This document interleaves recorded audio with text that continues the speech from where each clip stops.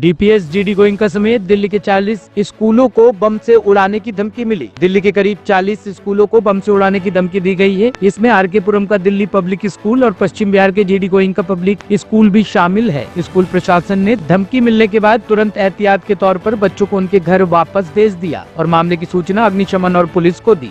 हमें school management की तरफ से फोन आया। कितने बजे कॉल आया था आपको? मैं बस अभी बच्चा पहुंचा आधा घंटा पहले ही, अभी 7:30 पे बुलाया। ठीक है बच्चा, वो कितने बच्चे थे? हाँ, हमारा बच्चा एक ही है मेरा बेटा, बाकी तो सब लोग वापिस जा ही चुके होंगे लेके। ठीक है, आपका नाम? आज दिल्ली के 40 स्कूलों में बम होने की धमकी आई है और मीडिया में चल रहा था कि 30,000 करोड़ डॉलर भी मांगे गए हैं। ये सारी खबरें देख के दिल दहल जाता है कि हमारे बच्चे भी सुरक्षित नहीं हैं। हम अपने बच्चों को स्कूल में पढ़ने के लिए भेजते हैं, लेकिन अब हम इस दहशत के साए में जिए कि हमारे बच्चे जब स्कूल जाएं तो हम घर पे बैठे हुए डरें कि कहीं स्कूल में बम की खबर तो नहीं आ जाएगी, कहीं स्कूल में बम ब्लास्ट तो नहीं हो जाएगा।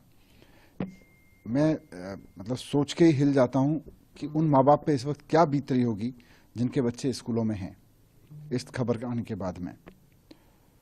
और ओवरऑल अगर देखें पूरी दिल्ली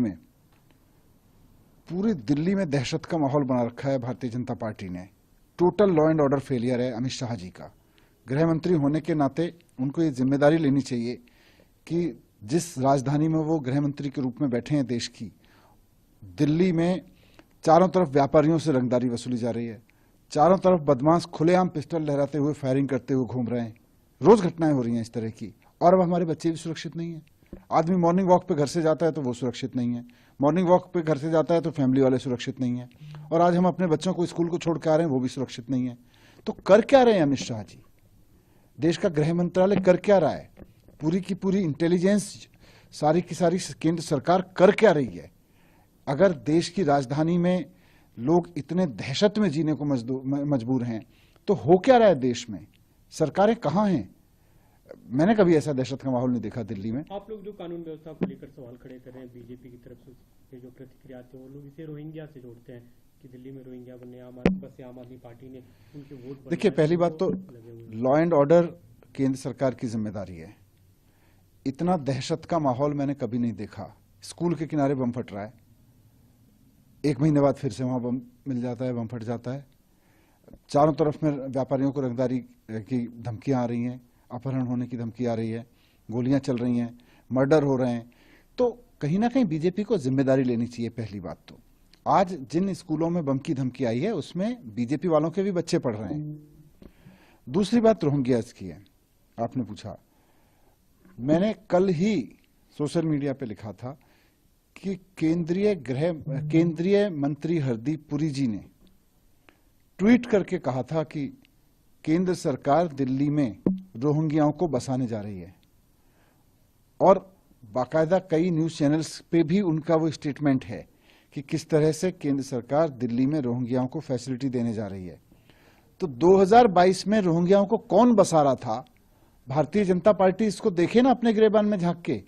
पॉलिटिक्स के लिए आम आदमी पार्टी पे जिम्मेदारी डालते हैं, लेकिन 2022 में तो आप खुलेआम, आपके मंत्री खुलेआम ट्वीट कर करके कह रहे थे कि हम रोहिंग्याओं को बसा रहे हैं। दिल्ली के राजौरी गार्डन रेस्टोरेंट में लगी आग, जान बचाने के लिए कूदे लोग। दिल्ली के राजौरी गार्डन इलाके में एक रेस्टोरेंट में भयंकर आग लग गई। इस घटना का वीडियो भी सामने आया है। फायर ब्रिगेड की 10 गाड़ियां मौके पर पहुंची। दिल्ली के फायर ब्रिगेड के प्रमुख अतुल गर्ग ने कहा कि हमें दोपहर 2:01 पर राजौरी गार्डन मेट्रो स्टेशन के पास आग लगने की सूचना मिली। आग पर काबू पाने के लिए तुरंत दमकल की 10 गाड़ियों को मौके पर भेजा गया।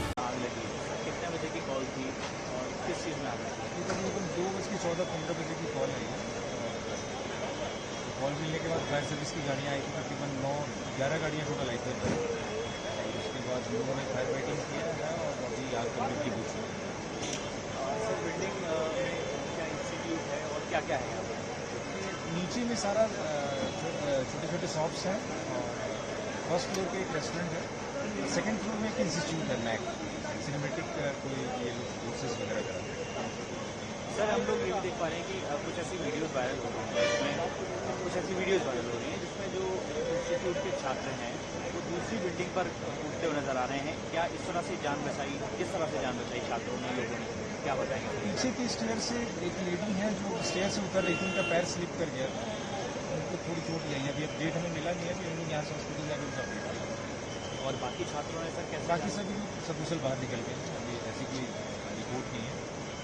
सर रीजन ऑफ फायर कुछ पता चला अभी तक? ये नहीं देखिए, फायर लगने के बाद हमें कॉल किया जाता है, इसके बारे में हम बता सकते हैं। सर क्या इनिशियल स्टेज पर कुछ बता पाएंगे कि फायर की एनओसी है बिल्डिंग को नहीं है, और जो भी नॉर्म्स होते हैं फायर के? ये इसको अभी बताना अभी हम लोग नहीं बता पाएंगे, इसके लिए थोड़ा समय चाहिए। शादरा के गांधीनगर में कपड़ों की दुकान में लगी भीषण आग, लाखों का सामान जलकर राख। दिल्ली के शादरा जिले के गांधीनगर इलाके में स्थित पुनीत क्रिएशन नामक कपड़े की दुकान में बीती रात भीषण आग लग गई। सूचना मिलते ही दमकल की टीम ने त्वरित कार्रवाई करते हुए घंटों की मेहनत के बाद आग पर काबू पा लिया। सर आग लगने का कितने बजे आग लगी, कितनी गाड़ियाँ हैं? ये 8:46-47 की कॉल है। इनिशियल जब कॉल मिली तो आसपास के जो स्टेशन है गीता कॉलोनी फायर स्टेशन का एरिया, वहाँ से टर्न आउट किया गया। फिर यहाँ पे जब गाड़ियाँ आई तो उन्होंने देखा कि फायर ज़्यादा है, उसके बाद इसकी कैटेगरी बढ़ा के बैकअप कर दिया गया। उस टाइम पे फिर और गाड़ियाँ बैकअप के रूप में भेजी गई। ग्राउंड प्लस फर्स्ट का एरिया है, उसमें मेन जो फायर थी वो ग्राउंड फ्लोर पर ही थी और अप्रोक्स 300 गज का एरिया। सर कितनी गाड़ियाँ मौके पर थी? मौके पर 11 गाड़ी, 9 गाड़ी। 9 गाड़ी। सर कोई कैजुअलिटी या कोई घायल? कुछ नहीं, सबसे ब्यूरो रिपोर्ट, टीम तफ्तीश न्यूज।